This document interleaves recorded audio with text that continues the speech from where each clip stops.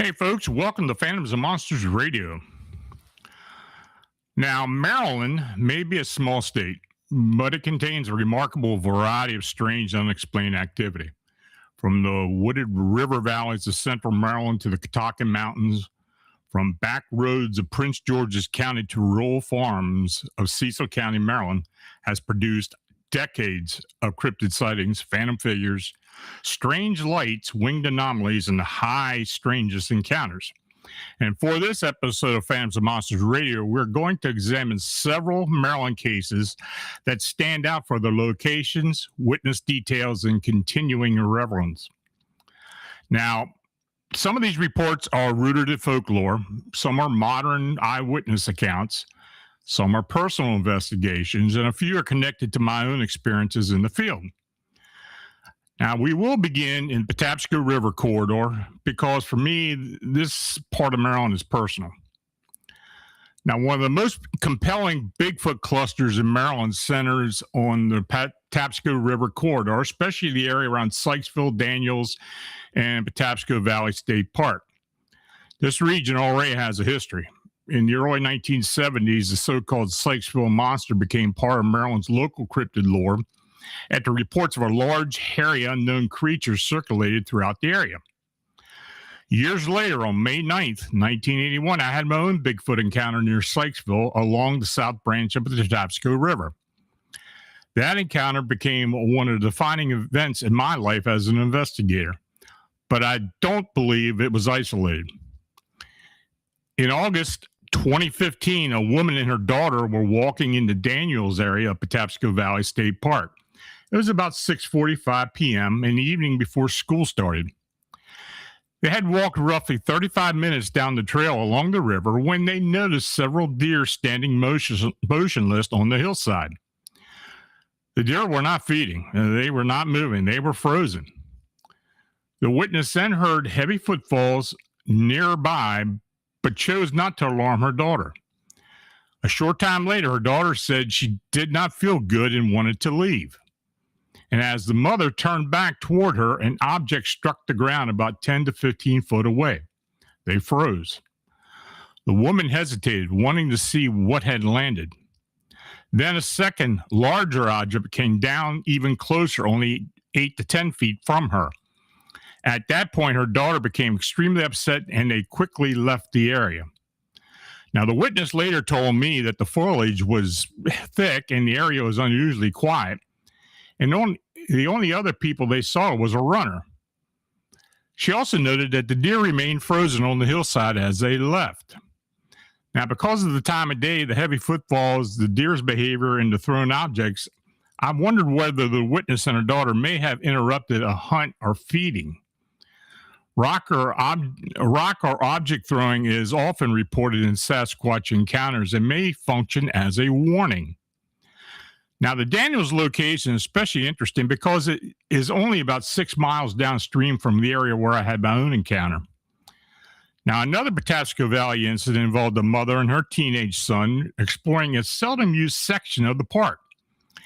They were looking for the ruins of an old town that was washed out during the 1970s, and from the beginning, the mother felt watched. The area felt wrong to her. They came across an empty ball field, metal bleachers, and an old shack containing dated equipment, and as they moved through the area, her unease intensified. Eventually, they realized that they were in the wrong place and turned to leave. Her son picked up a stick and struck a tree. Moments later, the mother noticed deep footprints in semi-dry mud. She was certain the tracks had not been there when they first walked in. She tried to recreate the impressions by jumping in the mud, but could not make the marks nearly as deep. Then she realized that they were being followed. And as they moved quickly back toward the vehicle, they heard rustling along the side of the path. Her son glimpsed what he described as an arm. They also heard a strange resonant sound like someone blowing across the top of a jug. Along the way, they saw prints of two sizes, small and large. They also passed what looked like a bedding area in thick, cool grass. Now, as they neared the car and began to feel safer, the son struck a tree with the stick again, and at that moment, a huge roar and scream erupted behind them. The mother grabbed the stick and yelled at him to stop hitting the tree and run. That report contains several classic Sasquatch elements: the feeling of being watched, the sudden appearance of tracks, multiple track sizes, possible bedding, parallel movement, a partial limb sighting, an unusual vocalization, and an aggressive response after wood knocking. Now, taken together, these Patapsco Valley reports form a notable pattern. They all occur within the same river corridor. They involve thick cover, steep terrain, old ruins, limited visibility, and behavior that seems defensive or territorial. Now, the Patapsco River may be the key. Waterways provide travel routes, cover, food sources, and concealment. In Bigfoot reports across North America, river corridors recur as movement zones. Now, Patapsco Valley State Park may not seem like remote wilderness on a map, but anyone who has spent time in its ravines, river trails, abandoned areas, and lesser used sections know how quickly the landscape changes. Sound becomes distorted, visibility narrows, hillsides and thickets create blind spots. You can be close to civilization and still feel completely isolated. And in my view, Sykesville, Daniels, and other Patapsco Valley incidents should not be treated as disconnected stories. They appear to be part of a broader Maryland Bigfoot pattern centered on the Patapsco River corridor. Now, from the Patapsco Valley, we move east into Cecil County, where a modern case appears to combine Bigfoot-type activity, possible cryptid canine tracks, animal disturbance, strange lights, and an unexplained phenomenon on a single active property. Now, one of the more active Maryland locations investigated by my team is a horse farm in Cecil County in northeast Maryland. The property first came to my attention after the resident began finding unexplained footprints around the farm, including large and small hominid-like tracks and possible large canine prints. The witness reported that the tracks first appeared behind a large garage near the horse pasture, then began showing up inside the pasture itself. Now, some prints were larger than the witness's own foot, while others appeared smaller, suggesting possible juvenile and adult-sized impressions. Several showed toe and heel outlines. The witness also noted that the horses' tracks were often mixed in with them and raising concern that something may have been chasing or disturbing the animals. Now, the activity did not stop with the footprints. The resident heard strange nighttime sounds from inside the house, including odd noises outside the bedroom window. In one disturbing incident, something reportedly scratched at the window screen and appeared to try to open it. And when the witness moved to another room, the activity seemed to follow outside and began again at the window. There are already stories of cryptid activity in the surrounding area. One nearby deer hunter reportedly saw a large black hairy creature from a tree stand only minutes from the farm. Another witness saw a large hairy being in the vehicle's headlights on nearby back roads. And a coon hunter in the same general area reported heavy whooping vocalizations and left immediately. Now, on August 12, 2023, the Phantoms of Monsters 14 research team conducted an initial investigation at the property. Timothy Renner, Chad Redding, and I spent approximately 6 hours at the location, remaining until about 10 p.m. The site proved to be very interesting. The audio and video evidence required further review, and Tim and Chad encountered several anomalies on the property that surprised all of us. Later, on August 28, 2023, at approximately 8 p.m., the resident captured a 4-minute video of a UFO or UAP hovering above the trees southwest of the horse farm. The anomaly displayed red and white flashing and undulating lights. According to the witness, it lingered for several minutes before fading away. Now, this was especially notable because Tim Renner and Chad Redding had observed round light anomalies in the same general area during the August 12th investigation. Tim also conducted a dowsing session nearby and experienced something he described as unlike anything he had ever seen before. A wooden dowsing rod was violently pulled toward the ground twice, eventually snapping. Now, the Cecil County Horse Farm case is unusual because it appears to combine several categories of activity: possible Bigfoot-type tracks, possible cryptid canine prints, disturbed horses, nighttime window activity, strange vocalization in the area, light anomalies, and a recorded UAP event. Now, the horses initially appeared alarmed by the activity, though they seemed to become somewhat accustomed to it over time. The property also has a history of increased death incidents associated with it, adding another layer of strangeness to the location. Now, for Unexplained Maryland, the Cecil County Horse Farm stands out as a modern active case site. It's not simply a single sighting. It's an ongoing location-based investigation involving tracks, animal reactions, possible cryptid activity, and an unexplained aerial phenomena all occurring within the same concentrated area. And I will say that this farm is only about 1.5 miles to 2 miles from the Susquehanna River, and an area where the river actually empties into the Chesapeake Bay, and has historically been a heavy UFO area. So there's a lot of activity in the area. Now, the Cecil County case includes possible canine-like tracks, and that leads us directly into one of Maryland's most unsettling cryptid traditions, the Dwayyo, or upright canine.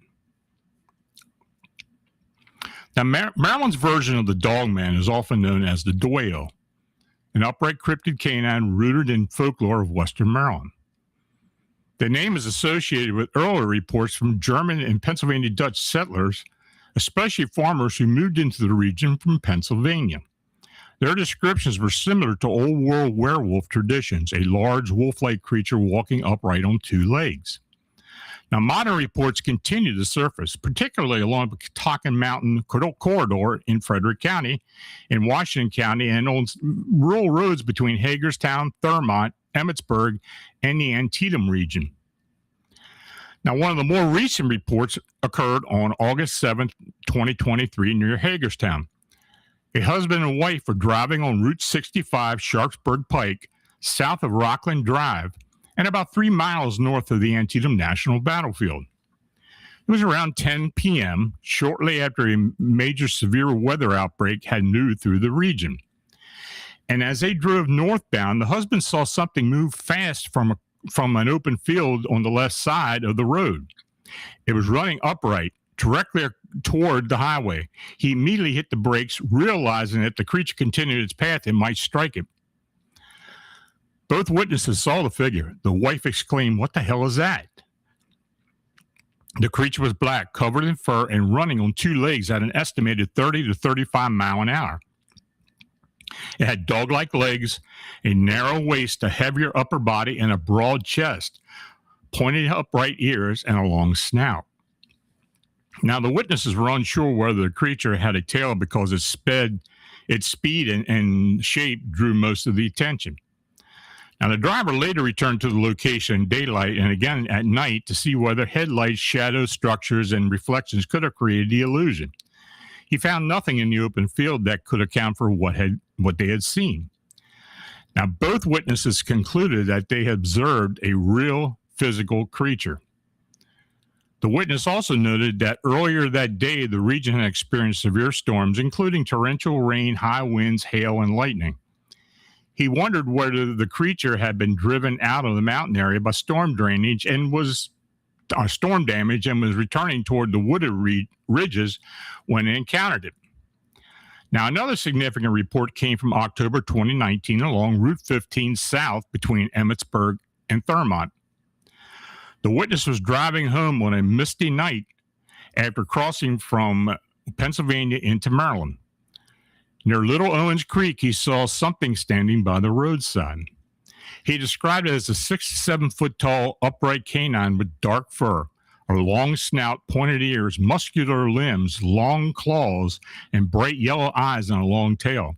The creature stood on two legs and stared at him. When he stopped, it let out a terrifying howl that shook him physically and emotionally. The creature then took several steps toward the vehicle. The witness felt paralyzed by fear until another vehicle approached from behind, honked, and passed him. The creature turned towards the lights and sound and giving the witness the chance to accelerate away. Now, that encounter occurred near Catoctin Mountain Park and within a few miles of Camp David, an area already connected to several Dwayyo and upright canine sightings. Taken together, these Maryland cases suggest a recurring pattern. The sightings occur near mountain corridors, creeks, rural highways, heavy woods, and the old travel routes. Now, witnesses described an upright, wolf-like being with speed, power, intelligence, and an overwhelming sense of intimidation. Now, the Dwayyo may be part of Maryland folklore, but modern reports are difficult to dismiss. Whether these witnesses are seeing an unknown cryptid canine, a misidentified animal under unusual conditions, or something tied to the older werewolf traditions, the reports from Sharpsburg Pike and Route 15 add to a long-standing pattern of upright canine encounters in western Maryland. For Unexplained Maryland, the Dwayyo stands as one of the state's most unsettling cryptid legends. Not a ghost, not a typical Bigfoot, but something fast, predatory, and disturbingly wolf-like moving through the dark roads and mountain edges of Maryland.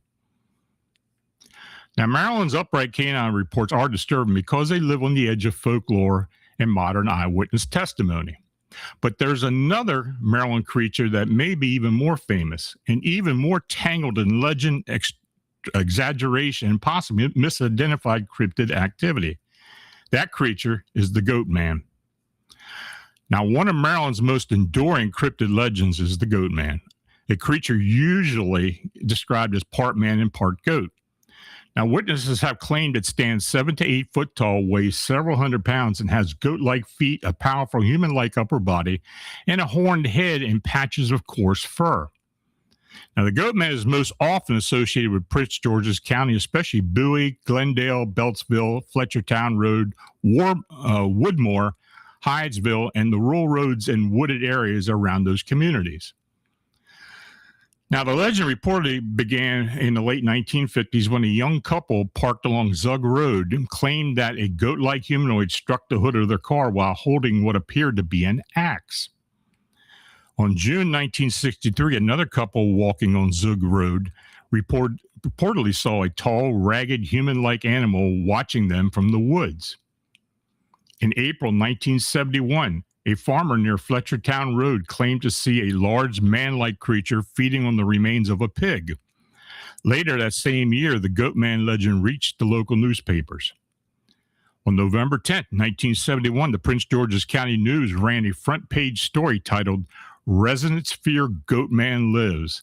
Dog found decapitated in Old Billy. The article describes the mutilation of a dog belonging to April Edwards after she and her friends reportedly heard strange noises and saw a large creature moving in the darkness. 2 weeks later, the same newspaper reported local residents were being harassed by Goatman hunters. In one incident, Fletchertown Road was blocked by people who claimed they had the creature trapped. Now, over the years, other reports followed. A landscaper at Woodmore Country Club allegedly saw a large unknown animal after finding remains on the golf course. Police responding to the Old Glendale Hospital reportedly heard strange sounds but could not locate their source. Teenagers near Billy described the tall, human-like animal running into the woods. A boy at Magruder Park in Hydesville claimed to see the dark figure with red eyes. Like many legends, the Goatman story contains obvious exaggerations. One tale claims the creature killed 14 people in 1962, but there's no known police records confirming that event. Another popular version says the Goatman was created in a failed government experiment at the USDA facility in Beltsville. That story appears to be manufactured folklore. Now, in my opinion, the classic axe-wielding Maryland Goatman is mostly an urban legend. However, the legend may have absorbed real reports of large, upright, hairy humanoids in Maryland's wooded areas. Some Goatman sightings overlap geographically with Bigfoot-type reports, including the broader activity pattern around central Maryland and the Sykesville Monster flap of the early 1970s. So while I do not believe the Goatman is literally a horned creature carrying an axe, the legend may preserve something older and stranger. Repeated reports of upright, animal-like beings moving through Maryland's forest and back roads. Now, for Unexplained Maryland, the Goatman remains important because it sits on the crossroads of folklore, cryptid sightings, hoaxes, fear, and possible misidentified Bigfoot activity. Now, before Goatman became Maryland's best-known monster legend, another creature ruled the mountain newspapers and rural imagination of Western Maryland. It had wings, claws, a terrible scream, and a name that still echoes through Frederick County, the Snallygaster. One of Maryland's strangest legendary creatures is the Snallygaster, a flying beast most closely associated with Frederick County, Middletown Valley, South Mountain, and the Blue Ridge region. The name is believed to come from a German phrase, Schnellergeist, meaning quick spirit or fast spirit. German immigrants who settled in the Blue Ridge Mountains during the 1730s brought with them stories of frightening spirits, dragons, and winged monsters. Now, over time, these traditions appear to have merged into Maryland's legend of the Snallygaster. The creature is usually described as a monstrous winged beast with enormous wings, a long, sharp beak, steel-like claws, and sometimes one eye in the middle of its forehead. Other versions describe it as a green-scaled dragon-like or bird-like. In some accounts, it screeches horribly, preys on livestock, frightens children, and moves with unnatural speed. Now, the Snallygaster first became a newspaper sensation in early 1909, when reports appeared in the Middletown Valley Register. For several weeks, the beast seemed to be everywhere at once. It was allegedly seen in New Jersey, West Virginia, Ohio, and then Maryland. One early witness, James Harding, described the creature as having huge wings, a sharp beak, steel claws, and a single eye. He said it made shrill screams and looked like a cross between a tiger and a vampire. Another story claimed the beast killed a man by piercing his neck and draining his blood. Now, in Maryland, the Snallygaster was reportedly seen near Cumberland, where it was said to be warming its wings over a brick kiln. It also reported near Hagerstown, Lover's Leap, south of Middletown, Gaplin, Burkittsville, Sharpsburg, and Emmitsburg. Now, some stories even claim it laid enormous eggs in the mountain. The reports became so sensational, one account claimed President Theodore Roosevelt might have postponed a trip to Europe in order to lead an expedition to capture the creature. Now, the Smithsonian Institution was also said to have taken an interest after a reported sighting near Shepherdstown, West Virginia. Now, the 1909 flap ended near Emmitsburg, where three men allegedly fought the creature outside a railroad station for nearly an hour and a half before chasing it into the woods of Carroll County. Then, after more than 2 decades of silence, the Snallygaster returned in the 1930s. News reports came from the South Mountain and Middletown Valley region. This time, the creature was described as being as large as a dirigible, with tentacle-like arms and the ability to change its size, shape, and color. The legend eventually gave the creature a dramatic ending. According to the story, the Snallygaster was flying over Frog Hollow in Washington County when it was drawn to the fumes of a massive vat of moonshine. Overcome by the vapor, it dropped into the boiling mash. Revenue agents arrived soon after and destroyed the still with dynamite, supposedly obliterating the creature's remains along with it. That ending was almost certainly a newspaper invention.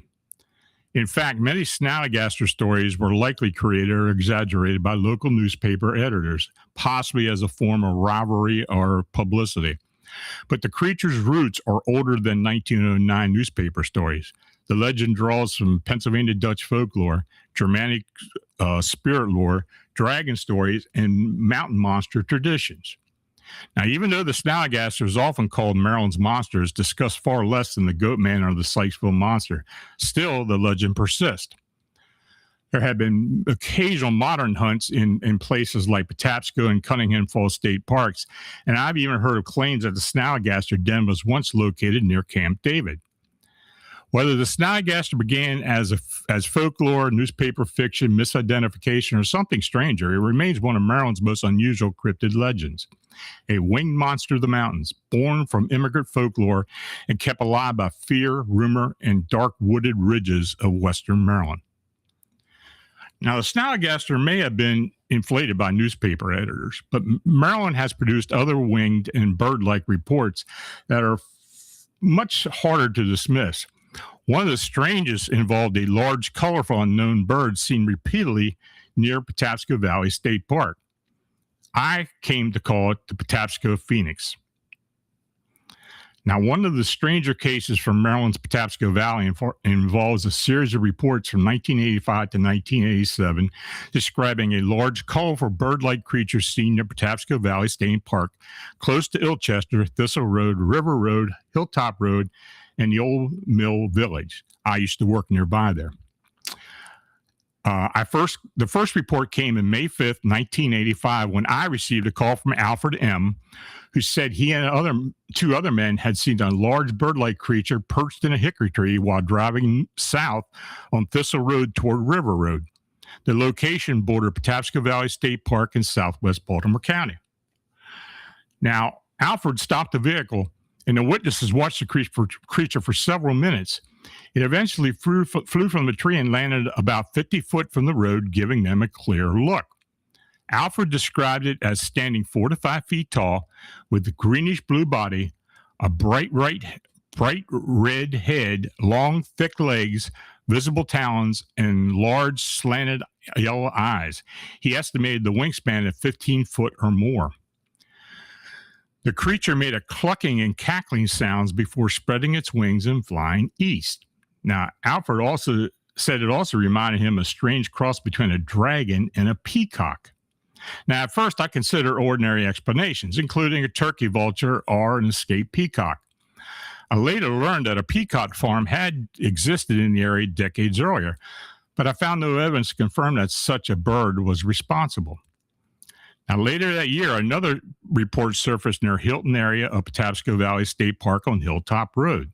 The witness, Darlene M., said she and her daughter were walking along Hilltop Road when a huge bird flew directly toward them. It came within 20 feet before suddenly turning and disappearing into the woods.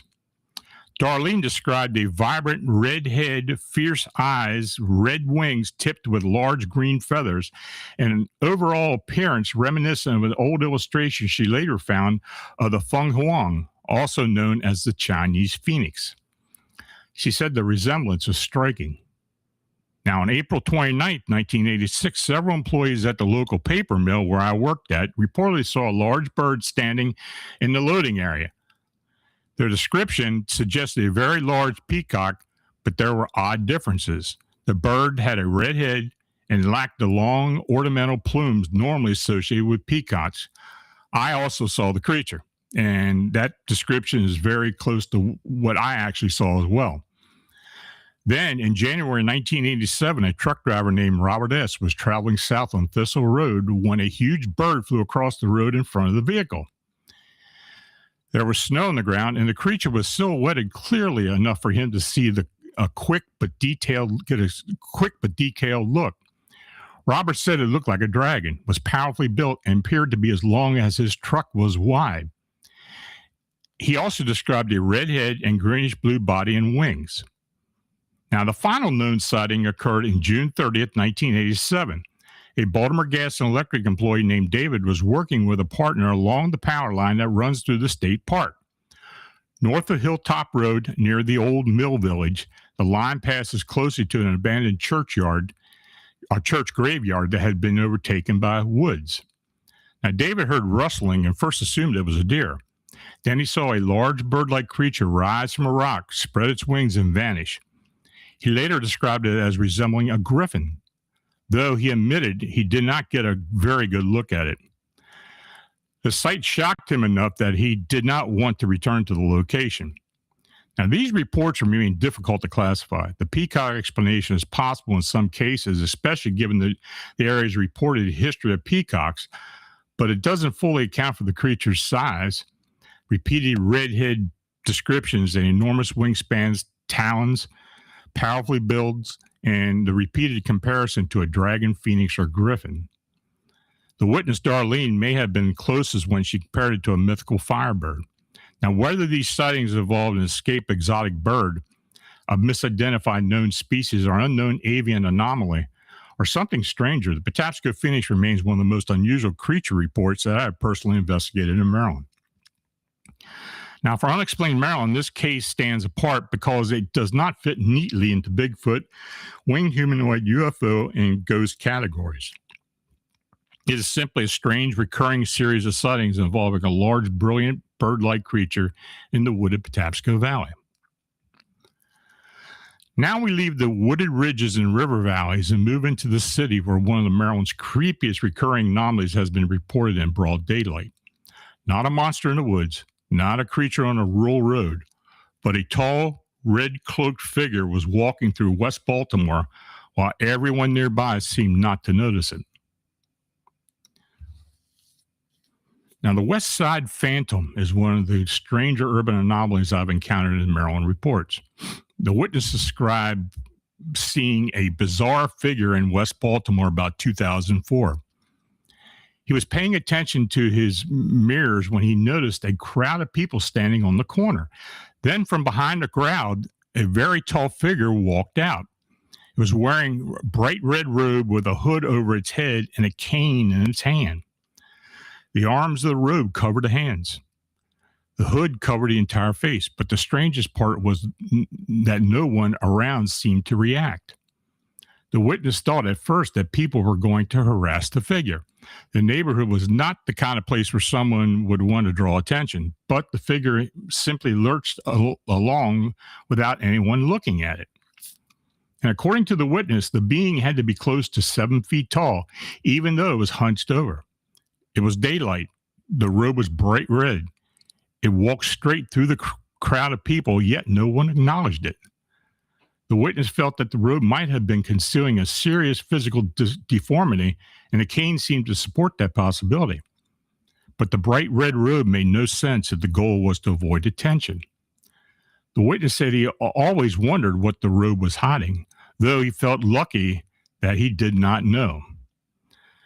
Now, this report interested me because I had heard of similar phantoms in the Baltimore metro area years earlier. I lived in the Baltimore area for about 40 years and heard stories from my wife's relatives and neighbors about a red cloaked figure in the Park Circle neighborhood near Druid Hill Park during the 1980s. Now, each sighting I received involved a person seeing the figure from a vehicle during the day. The unknown entity wore a bright red hooded cloak and carried a cane. At the time, I looked into the sightings but could not find anything concrete. Still, I was surprised to later hear that a similar figure may have remained active for years afterward. Now, for Unexplained Maryland, the West Side Phantom stands out because it appears in an urban environment in daylight, in plain view. The disturbing detail is not simply the figure itself. It's the apparent lack of reaction from everyone around it. Not all Maryland hauntings are frightening. Some are quiet, personal, and deeply emotional. This next account comes from St. Michael's, Maryland, and involves a man, his dog, and what may have been one final walk together. Now, in the late summer of 1984, I was preparing for my annual trip to Ocean City, Maryland. Before leaving, I called my friend George, who lived in St. Michael's, to let him know I would be stopping by his house on my way back from the beach. It had become a tradition. We would sit on his porch, eat crabs, drink a few beers, and catch up. Now, during the call, George asked me, by the way, do you still conduct your investigations? I told him that I did. So on occasion, I asked what was going on. He said he would wait until I got there. So several days later, I arrived at George's house. He lived in a beautiful old neighborhood with restored early 19th century homes, quiet streets, trees, greenery, and a two-story colonial house surrounded by a rail fence. George greeted me, but I could tell something was bothering him. Finally, I asked why he had brought up my paranormal investigations. He said, I saw something recently. George then told me about his elderly neighbor, Frank Shipley. Frank had passed away in May. A few days before his death, he had asked George if he would take care of his dog, Max, if anything happened to him. Now, Max was a male boxer and a good dog. George agreed. A week or so later, Frank passed away. George became concerned when he didn't see Frank walking Max in the morning or evening. He knocked on the door, got no answer, and called the police. Frank was found sitting in an armchair. Max was lying beside him. Afterward, Max came to live with George. The next evening, George was sitting on the porch watching a ball game on television. Max was lying on the porch swing. It was about 8 p.m., and it was starting to get dark. Suddenly, Max jumped to his feet and ran to the fence by the sidewalk. He sat there for a few seconds and started walking along the fence from left to right. Then he returned to the porch and sat down on the steps. About 15 minutes later, Max jumped up again and ran toward the right edge of the fence. He sat for a few seconds, then began walking toward the fence from right to left. That was when George noticed a mist moving outside the fence. George moved along with the mist until he reached the end of the fence. Then he returned to the porch, sat by the door, and whined. Now, George left him inside. Max went into the kitchen, ate his food, and went directly to sleep. A week later, I was speaking with George on the phone. I mentioned the mist and Max's behavior. George asked what I thought it was. I told him it was probably residual energy connected to Frank's nightly walks with Max. I explained that some spirit energies appear to replay like a looped film, and that is not likely nothing. It was nothing to be afraid of. And then I asked, by the way, how's Max? George replied, oh yeah, Max died the night you left for home. Now, I've always wondered whether Frank and Max found another plane where they would continue their daily walks together. Maybe they still walk that old neighborhood in St. Michael's. Now, for Unexplained Maryland, this case offers something different. It's not a monster encounter, cryptid sighting, or an urban phantom. It's a reminder that some hauntings may be less about fear and more about loyalty, memory, and the bonds that survive death. Now, Maryland's strange history is not confined to a single region or type of phenomenon. In Patapsco Valley, we find Bigfoot activity, thrown objects, tracks, roars, and unexplained firebird-like creature. In Cecil County, we find a modern active case involving tracks, disturbed animals, window activity, strange lights, and a recorded UAP. In Western Maryland, we find the Dwayyo and the Snallygaster, two creatures rooted in old world folklore. but still capable of disturbing modern witnesses. In Prince George's County, the Goatman remains one of the state's most recognizable legends, even if the truth behind it may be stranger and more complicated than the popular story. In Baltimore, Red Cloak Phantom appears in daylight and moves through crowds without being noticed. And in St. Michael's, a loyal dog may have followed his deceased owner one last time. That is what makes Maryland so compelling. The state is a crossroads of old folklore, colonial history, river valleys, mountain ridges, military zones, rural farms, urban neighborhoods, and haunted landscapes. The unexplained here is not limited to deep wilderness. It appears along highways and parks, beside farm pastures, on city streets, and in quiet historic neighborhoods. If you had an unexplained encounter in Maryland involving Bigfoot, upright canines, strange lights, haunted locations, phantom figures, winged anomalies, UFOs, cryptids, or other high strangeness events, I want to hear from you. Please include the location, date, time, weather conditions, witness details, and any unusual events that occurred before, during, and after the encounter. This has been Unexplained Maryland. Now, please subscribe to Phantoms and Monsters Radio, activate the notifications, and share this presentation with others interested in the unexplained. If you have experienced something unexplained in Maryland or elsewhere, I encourage you to document every detail you remember. Even details that initially seem insignificant may become important when compared to other reports. You can submit your account to Phantoms and Monsters. Witness confidentiality and anonymity will be respected when requested. Now, if you sent a chat donation this evening, your consideration is much appreciated. Your support helps us continue documenting witness testimony, investigating unusual incidents, and preserving these accounts for future research. So let's start the question and answers. All caps, please.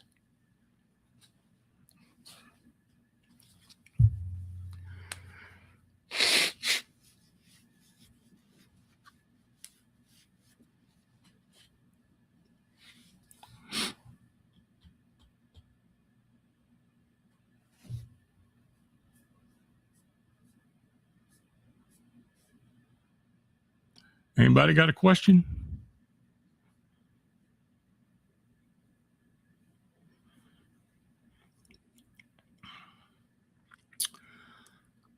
Dagnammit, do you think the Snallygaster is similar to the New Jersey Devil in the Pond Barrens? There may be an association. I have thought that as well, even though, they are part of two versions of folklore. But there also have been modern sightings and more so of the Jersey Devil. It could very well be a similar being. I'm not sure. The sightings do in a way sound familiar, though. The Jersey Devil is supposedly said to be like a goat, horse, winged being mix, and the Snallygaster is more like a dragon. I don't know if the size comparison is mutual, but it does seem like it's a very similar creature.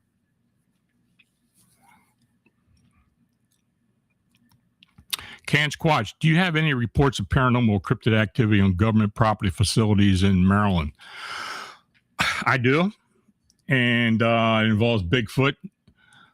In particular, at the Edgewood facility near Aberdeen Proving Grounds, there was supposedly, and unproven, but I was told by a retired United States Air Force serviceman, or an officer actually, who started working at Edgewood after he retired, about possibility of Bigfoot-like creatures being housed there and escaping.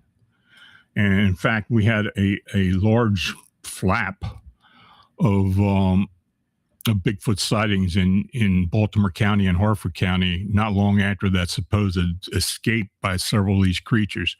I don't know if there's anything related to that or not, but it was interesting. And it kind of followed the same pattern of what the Sykesville Monster may have actually been with, because I think there may have been an escape of that creature as well from a facility along the Patapsco River.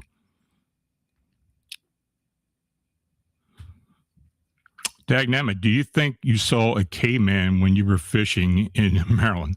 No, I don't think it was a caveman, even though it did look more human than it did ape. I do believe it was a Bigfoot, and I've thought about that for years and years and years, and I still believe it was a Bigfoot, and it may have been may very well been associated with the earlier sightings of the Sykesville Monster that at least a dozen people had seen back in 1971 through 72. Jose Sanchez, could that red-headed large bird have been a lesser-known type of vulture? I don't know. That was a pretty good size of the creature, and I don't know. It could have been. It was interesting that it was seen in the way it was, since vultures will usually, or buzzards will usually not come to the ground unless they're feeding, and they'll roost in a tree, and then they start circling above when if there's any scavenging to be done until they come down and feed.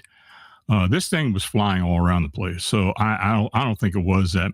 Could it have been a peacock? Possibly, but I saw this so-called creature as well, and the body style and size did resemble a peacock, though bigger, and there was no plumage that even associated with a peacock. So I don't know what we saw. I don't know what they saw. But with 4 sightings in an area within 1 mile square, that's pretty unusual. So I don't know exactly what this thing was, though I haven't heard of any sightings since then. Alice Staring, would you follow a dog man to his lair? No. That's the easiest answer to a question I can ever. I wouldn't even get near one of those things if I could avoid it. I mean, it's not one of those things I really want to run into. Even though there's all indications that these things are not too aggressive, but I don't even get the opportunity to do that. That's one cryptid I hope I never run up against. Ruptured Duck. Good evening, Lon. What did you say Dogman is called in Maryland? Dwayyo. Dwayyo.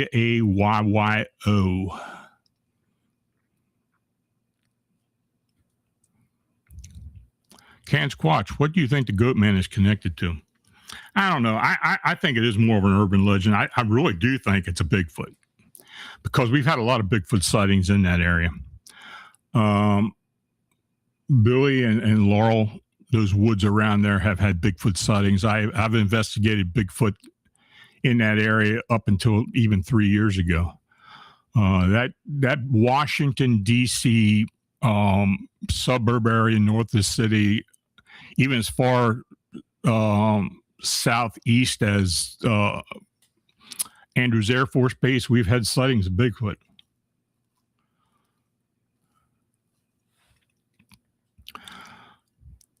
Real Truth Ken, I missed the line. I appreciate your super check, $5. Thank you. Jose Sanchez, have you seen the recent video online of Bigfoot looking through a tree and it's close with bright colored eyes? What do you think about it? I looked at it. I don't know what to think about it. Brett sent the photo to me, the video to me recently. I don't know. Unfortunately, with AI nowadays, and it's hard to really tell. I think the movement and the way it reacted, it could possibly be a Bigfoot, but I'm not really sure. I hate to even judge on many of these videos anymore.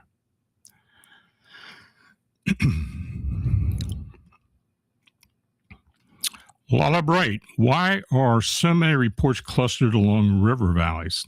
I think because of transportation. I think it's easier for them to move along the river valleys. Many times there are trails or cleared areas near these rivers or near these streams. It's easy for them to move. They can keep cover because of caves or rock formations nearby. I think there's a lot of different ways it could be done, but it does seem that we do get most reports near rivers and streams. Maryland, and you live in Maryland, it's heavily forested, so.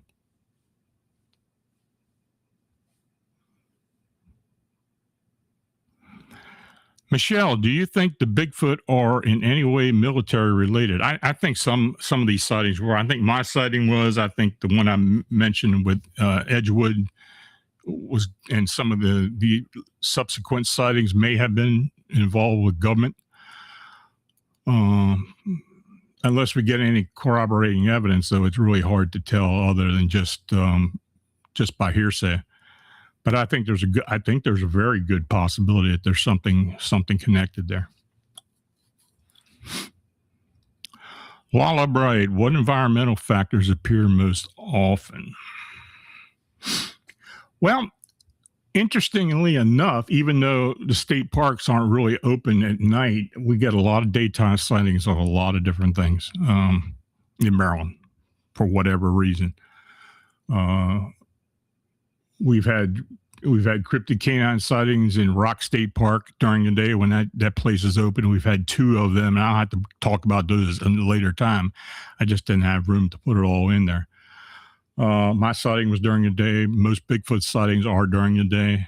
Many occur in areas that are parks, in locations that are closed. The only nighttime sightings we usually get are at private property that are near these areas.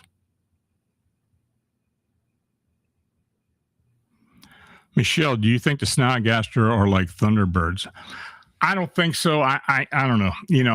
What they originally saw and what later came down as folklore, I don't know what they saw. Could it, like the earlier question, could it be related to the Jersey Devil? Very well could be. The whole Jersey Devil phenomena, even though we talk about mother leads and, the demon being born by her, those sightings actually started out on Maryland Eastern Shore and moved up. They moved up from,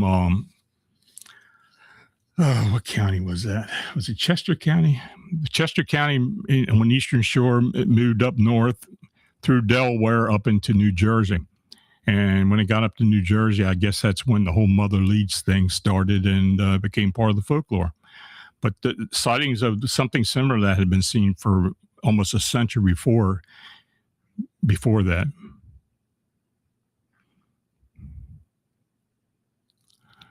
Which case has the strongest corroborating evidence? I guess mine. I don't know. I mean, there was just so much that happened, and I had so many government people and cops and such who verified it happened. Maryland's strange like that. I mean, there's a lot of sightings, very few witnesses, and very few corroborating, evidence. Though we get sightings in areas that are very close by. And in most cases, the witnesses are very forthcoming and don't seem like people who would literally make a report unless something actually happened or they believe something actually happened. So, Maryland's an interesting state. And, you can tie a lot what happens in South Central Pennsylvania along with what happens in Maryland as well, because they're pretty well connected. Lala, what Maryland location gives you the creepiest feeling? That's hard. I would believe, it would be a haunting. I mean, it would be Antietam. Antietam has always freaked me out for some reason because I pick up some of the weirdest stuff there, even more so than at Gettysburg. It's just the terrain. There was so much death there, and just like Gettysburg, but it was a location that was flatter. It had a lot of fields and a lot of wood patches, and of course, it had the Antietam creek moving through there, and the bridge with all the fighting at the bridge and such. It's very closely related to what happened in Gettysburg, but it's different and creepier to me anyway. And I have talked to several people, even people who have worked there, rangers and such, and they find it more creepy than Gettysburg for the most part. So take it for what it's worth. But Antietam is one of the creepiest places I've ever been to. Michelle, do you think the red caped figure is a phantom or a monster? I think it was a spirit. I think it was a manifested spirit of some type of what it was. I don't know. But the fact that it moved in areas that had a lot of people and would have been easily identified by, West Baltimore, as you know, is not the safest place to be at. And that whole Park Circle, Druid Hill Park area, especially back then, was pretty rough. And for something like that to stand out like that, to be seen, there'd be some activity. That just didn't happen.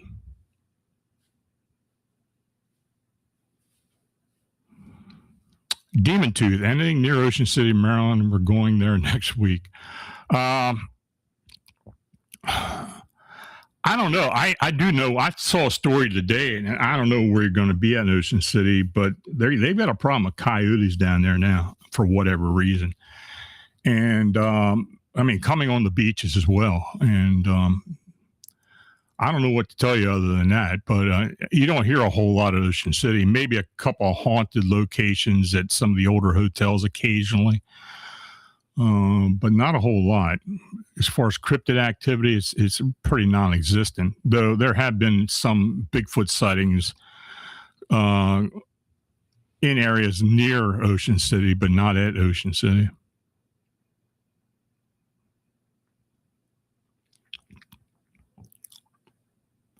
Can Squatch, have you seen Civil War Ghost at Antietam? Absolutely.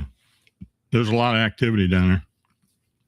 A lot of manifestations, very similar to what happens in Gettysburg. A lot of repeated stuff, where it kind of runs on a continuing basis. I've seen some things, especially in the Sunken Road area, pretty active around the Dunker Church, the east cornfield area, where there was a lot of death there. Yeah, it's a lot going on there.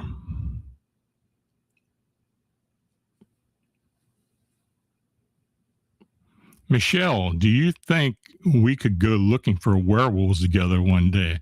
Now, I told you we would. If we go to Rock State Park, I think we're going to go look around. I've had two pretty harrowing encounters during the day at Rock State Park. So look for evidence. Yeah. Run into one. Not particularly cool about that, but we'll see what we can come up with.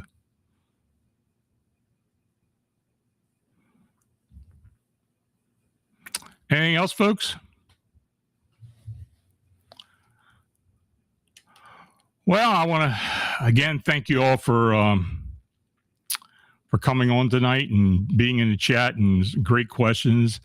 So, until next time, remain observant, trust your instincts, and remember that the world around us may be far stranger than what we've actually been led to believe. So have a nice evening. Have a great weekend. See you next Friday. Oh, and I want to mention Friday, July 24th, I'm going to be back on Coast to Coast. So I will do a show that night, but later on that evening at 1 in the morning, I will be on Coast to Coast. 1 in the morning in the East, I'll be on Coast to Coast. So mark the calendar. So anyway, see you next Friday and have a good night. Talk to you later. Bye.